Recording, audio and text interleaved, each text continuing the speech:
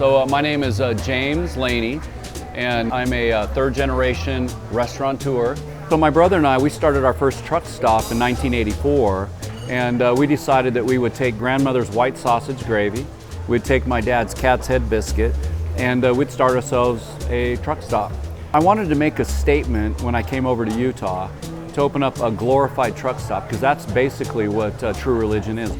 So we're doing some things that are really different out of the gate. I hand pick all of my fruits, all of my meats. I hand pick the eggs. I hand pick the flour.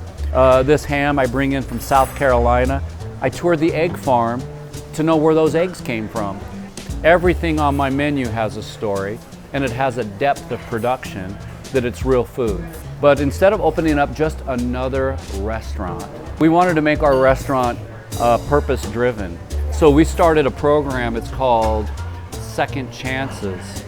I will not rest until we have 100 TRUreligions out there that are taking 100 individuals a year off our streets or out of our prisons, showing them that they do have a true second chance at life in a big way. We're busting our butts to make the Second Chance program really take off and work. I took the time and the effort to restore all of this booths, tables, chairs, the back bar that's behind us.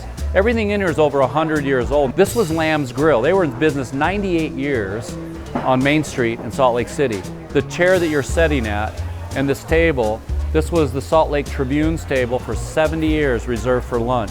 I mean, this is the Democratic voice. The bantering that went on this table here is storied. This furniture has already served 15 million souls. And so if it could speak, it would speak loud.